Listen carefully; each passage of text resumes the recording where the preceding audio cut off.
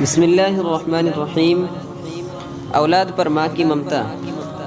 ایک دیہاتی علاقے میں بوڑھے ماں باپ تھے۔ اللہ نے بڑھاپے میں ان کو اولاد عطا کر دی۔ بچے کو انہوں نے پڑھایا۔ بچہ ذہین تھا، حتیٰ کہ وہ بچہ پڑھ لکھ کر انجینئر بن گیا۔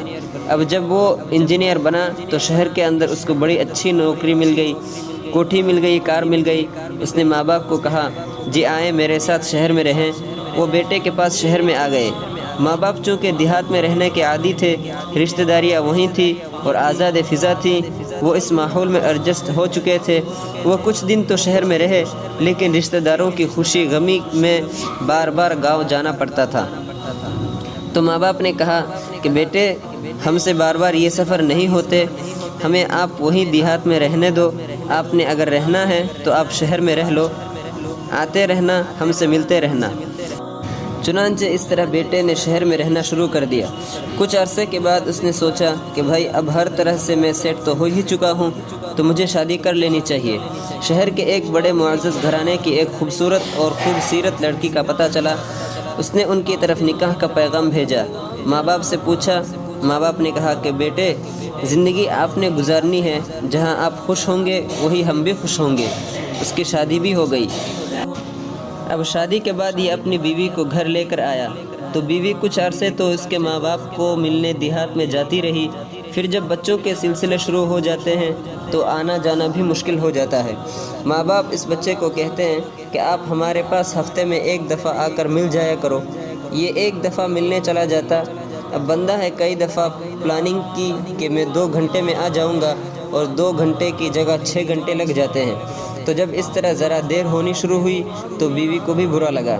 وہ پھر بولنا شروع ہو گئی، جیسے عورتوں کی ایک لینگویج ہوتی ہے۔ اب یہ نوجوان شریف النفس تھا، اپنی بیوی کو سمجھاتا۔ وہ بھی امیر گھرانے کی تھی اور آگے سے بات کو بڑھا دیتی تھی۔ خواہ مخواہ کا بحث مباحثہ آپس میں ہوتا تھا، اور یہ ہر ہفتے کا مسئلہ ہوتا۔ 2-4 سال گزرے تو اب بیوی جو تھی وہ ماں باپ کے پاس جانے سے الرجی ہو گئی۔ جب یہ جانے لگتا تو وہ ہنگامہ کر دیتی۔ یہ پریشان کہ وہاں نہ جاؤں تو ماں باپ ناراض، اور اگر جاؤں تو یہاں بیوی ناراض۔ سوچتا تھا کہ میں کیسے اس مصیبت سے جان چھڑاؤں۔ اتنے میں اس کو سعودی عرب سے ایک جاب آفر کی گئی۔ بہت معقول پیکج تھا۔ اس نے ماں باپ کو جا کر بتایا کہ مجھے تو سعودی عرب میں نوکری مل رہی ہے۔ ماں باپ بڑے خوش ہوئے۔ بیٹے، ہمارا اللہ حافظ ہے، تم اس دیش میں چلے جاؤ، اللہ کا گھر دیکھو گے۔ بیٹے، ہمارے لیے یہی خوشی کافی ہے۔ ماں باپ نے اجازت دے دی۔ یہ بیوی بچوں کو لے کر مکہ مکرمہ آ گیا۔ اس زمانے میں ٹیلی فون تو زیادہ ہوتے نہیں تھے، بس حج عمرہ پر جو لوگ آتے تھے انہی کے ذریعہ پیغام رسانی ہوتی تھی، یا کوئی چیز ایک دوسرے کی پہنچا دی جاتی تھی۔ چنانچہ یہ نوجوان شروع میں ان کے لیے خرچہ بھی بھیجتا رہا، اور کبھی کبھی صحت و خوشی کے پیغام بھی بھیجتا رہا، لیکن 13 سال یہ وہیں پر رہا اور اپنے والدین کی طرف واپس نہ آ سکا۔ نیک تھا، ہر سال حج کرتا تھا۔ ایک مرتبہ حج کے دوسرے تیسرے دن یہ مطاف میں کھڑا تھا، بیت اللہ کے سامنے زار و قطار رو رہا تھا۔ کسی اللہ والے نے دیکھا، پوچھا نوجوان کیا ہوا؟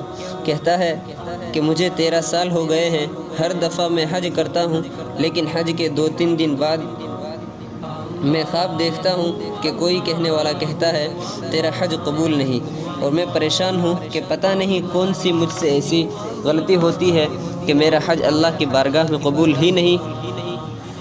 وہ اللہ والے تھے، بندے کی نبض پہچان لیتے تھے۔ انہوں نے 2-4 باتوں میں گیس کر لیا کہ اس نے 13 سال سے ماں باپ کو شکل ہی نہیں دکھائی، ان کے پاس گیا ہی نہیں، تو صاف ظاہر ہے کہ بوڑھے ماں باپ اس پر خفا ہوں گے۔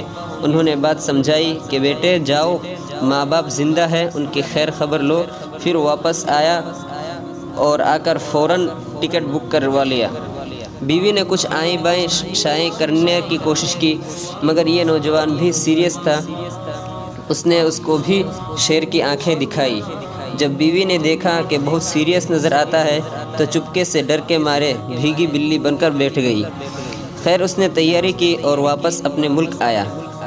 اب جب وہ اپنے گاؤں کے قریب پہنچا تو اس نوجوان کو یہ بھی نہیں پتا تھا کہ میرے ماں باپ اس وقت زندہ بھی ہے یا نہیں۔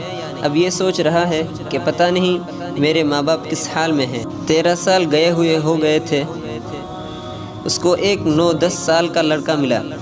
اس نے اس سے پوچھا کہ وہ فلاں بڑے میاں کا کیا حال ہے۔ اس نے بتایا کہ وہ بڑے میاں تو 6 مہینے ہوئے فوت ہو گئے، البتہ وہ بوڑھی عورت زندہ ہے، گھر میں ہے اور بڑی بیمار ہے۔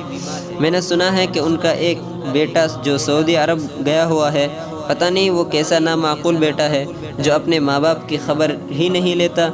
بچہ بات کر کے چلا گیا، لیکن اس نوجوان کے دل کی تار کو چھیڑ گیا۔ اب اس کو احساس ہوا، اوہو، والد دنیا سے چلے گئے، میں نے آخری وقت میں ان کی شکل ہی نہیں دیکھی۔ اب تو امی مجھ سے ناراض ہوگی اور امی تو میرا چہرہ نہیں دیکھے گی، امی تو مجھے گھر سے ہی نکال دے گی، میرے ساتھ بات ہی نہیں کرے گی۔ اب یہ سوچ رہا ہے کہ میں امی کو کیسے مناؤں۔ مغموم دل سے گھر کی طرف جا رہا تھا۔ بالآخر جب اس نے گھر کے دروازے پر پہنچ کر دیکھا تو دروازہ کھلا ہوا تھا، کیواڑ ملے ہوئے تھے۔ اس نے آہستہ سے دروازہ کھولا، اندر داخل ہوا۔ کیا دیکھتا ہے کہ صحن میں چارپائی کے اوپر اس کی بوڑھی بیمار والدہ لیٹی ہوئی ہے۔ ہڈیوں کا ڈھانچہ تھی، وہ چارپائی کے ساتھ لگی ہوئی تھی۔ اس کو خیال آیا کہ کہیں امی سو رہی ہو تو پہلے آہستہ آہستہ چلتے ہوئے قریب جاتا ہوں۔ چونکہ اس کی والدہ کی آنکھوں پر موتیا آ چکا تھا، جب وہ بے پاؤں بالکل قریب پہنچا تو حیران ہوا کہ اس کی والدہ اس وقت ہاتھ اٹھائے ہوئے تھے اور وہ کچھ الفاظ کہہ رہی تھی، گویا اللہ تعالیٰ سے دعا مانگ رہی تھی۔ اس نے جب قریب ہو کر سنا تو ماں یہ الفاظ کہہ رہی تھی، اے اللہ، میرا خاندان دنیا سے چلا گیا، میرا ایک ہی بیٹا ہے جو میرا محرم ہے، اللہ اسے بخیریت واپس پہنچا دینا تاکہ اگر میری موت آئے تو مجھے قبر میں اتارنے والا کوئی محرم موجود ہو۔ ماں یہ دعائیں مانگ رہی ہے اور بیٹا سمجھتا ہے کہ ماں مجھے دیکھنا بھی گوارا نہیں کرے گی۔ اس نے جب ماں کے یہ الفاظ سنے، اس نے فوراً کہا، امی میں آ گیا ہوں۔ تو ماں چونک اٹھی، آواز سنتے ہی بولی، میرے بیٹے آ گئے؟ جی امی میں آ گیا ہوں۔